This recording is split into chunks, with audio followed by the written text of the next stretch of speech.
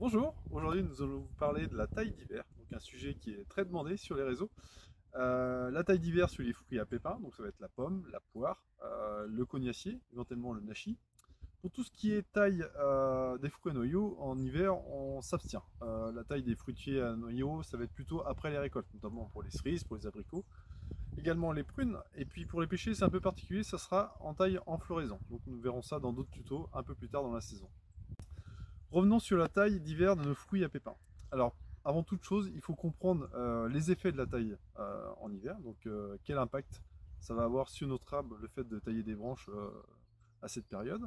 Et également comprendre l'arbre. Donc, comprendre l'arbre, ça va être faire un état des lieux sur son état de santé à l'instant où on va le tailler. Donc, est-ce qu'il est très vigoureux? Est-ce qu'il est malade? Est-ce qu'il est en bonne santé? Est-ce qu'il a produit beaucoup de pommes?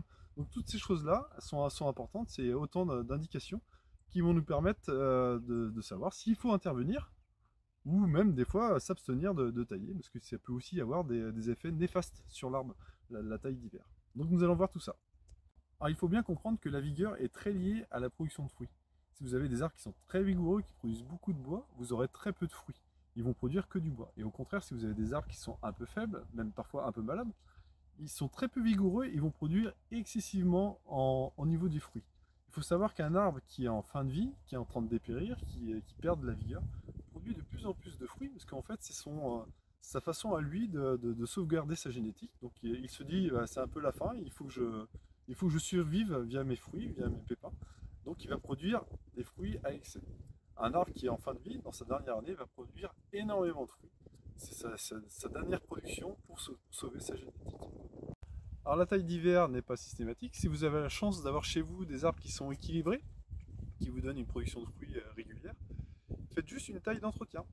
Cette taille d'entretien consiste à couper une branche proprement, une branche cassée, une branche qui peut être malade ou une branche abîmée par un outil ou des animaux. Alors avant toute chose, il faut comprendre les effets de la taille d'hiver sur notre arbre. Vous voyez l'arbre derrière moi, donc il a un volume de branches très important. Aujourd'hui, cet arbre est en dormance, c'est-à-dire que la sève en fait, qui était présente dans toutes ces branches est descendue au niveau des racines, donc ce qui a provoqué la chute des feuilles. Ce volume de sève va être proportionnel à notre volume de branches. Donc si entre-temps, pendant l'hiver, j'enlève des branches, de nombreuses branches, au printemps suivant, on aura toujours le même volume de sève qui va faire redémarrer notre arbre et qui va refaire pousser énormément de branches, donc autant de branches, sinon plus, et une vigueur qui sera vraiment excessive et qui sera vraiment au détriment du fruit. Alors maintenant, comment reconnaître un arbre de faible vigueur? Alors c'est très simple. Contrairement à l'arbre très vigoureux, nous n'allons pas avoir des pousses excessives verticales qui vont obstruer l'arbre. Au contraire, on va avoir beaucoup de pousses qui vont être horizontales et surtout des petites pousses en fait. Les branches ne vont pas dépasser les 15-20 cm, même 2-3 cm. Donc là, on est sur un arbre qui est très faible en vigueur, donc qui aurait bien besoin d'un petit coup de main pour se relancer. Donc la taille d'hiver va nous permettre de redonner de la vigueur à cet arbre, donc lui permettre de refaire des branches pour le renouvellement en fait, pour la nouvelle production de fruits. Donc pour cela, nous allons enlever tous les éléments faibles, donc qui affaiblissent l'arbre encore plus. Alors les éléments faibles, ce sont ces petites pousses, vous voyez, là vous avez 2 ans de pousses.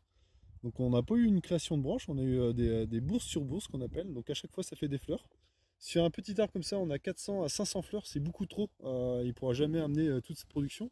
Et on affaiblit encore plus la vigueur de l'arbre. Donc nous allons supprimer une bonne partie de ces petits éléments faibles, ce qui va avoir pour conséquence de relancer la vigueur de l'arbre. Alors nous allons couper les éléments faibles. Donc combien on en coupe? On va couper à peu près la moitié de toutes ces petites bourses sur bourses qui empêchent l'arbre de pousser, de se renouveler. Donc un arbre qui ne se renouvelle pas, c'est un arbre qui dépérit en fait, qui perd de la vigueur d'année en année. Et à terme, il pourrait même en mourir.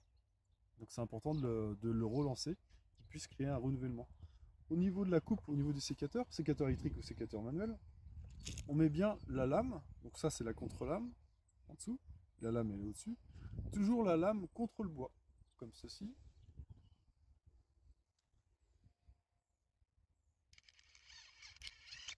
Voilà.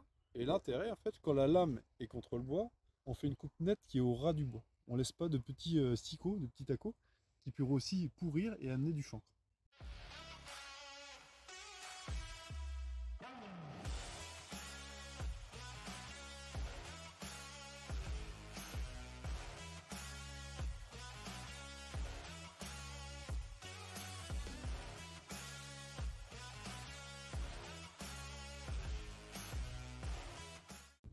comme on pourrait le faire sur un arbre équilibré, en fait, les branches qui se touchent, qui se gênent, on va rétablir un équilibre dans l'arbre. Donc là, on a deux branches qui se frottent énormément, donc potentiellement qui vont amener aussi de la maladie dans l'arbre. Donc je vais en supprimer une, puis ça se touche.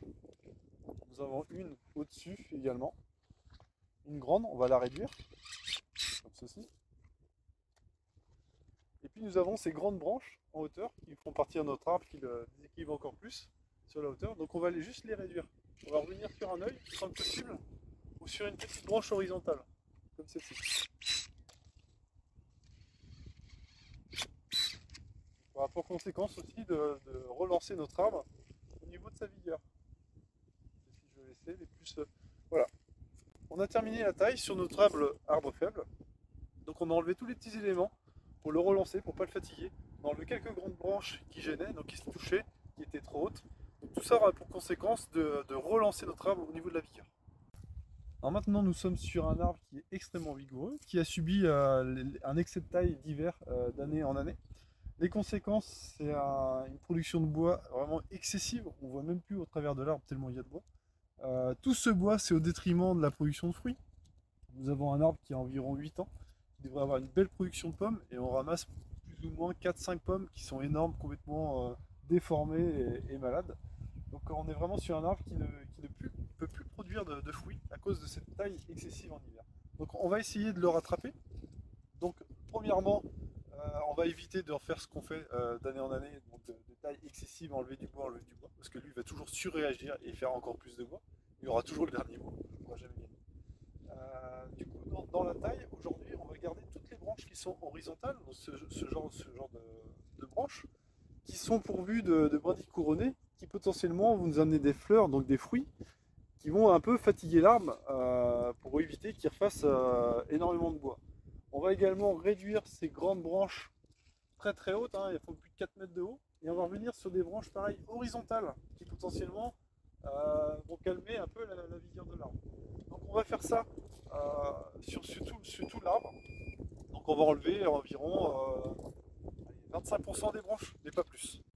Donc là nous avons un bouton à fruits, donc c'est un œil qui est un peu plus gonflé que les autres, qui va nous donner logiquement 4-5 belles fleurs l'année prochaine. Donc c'est tous ces yeux-là qu'on va essayer de favoriser dans notre arbre trop vigoureux pour un peu diminuer cet excès de vigueur. Donc là je vais surtout les laisser et je vais remonter un peu plus haut et je vais couper la branche et revenir sur un œil à fruits. Et je vais faire ça sur tout l'arbre, sur toutes les grandes branches que je vais couper. Là je reviens sur une petite brindille. Pareil, au bout de la brindille, on a un œil à fruits. Là on est sûr d'avoir des fleurs au bout. Il est bien gonflé et bien joli. Donc je continue, j'enlève toutes les grandes droites, que je coupe au ras. Et quand c'est possible, je reviens sur des petites brindilles couronnées. Les yeux à fruits.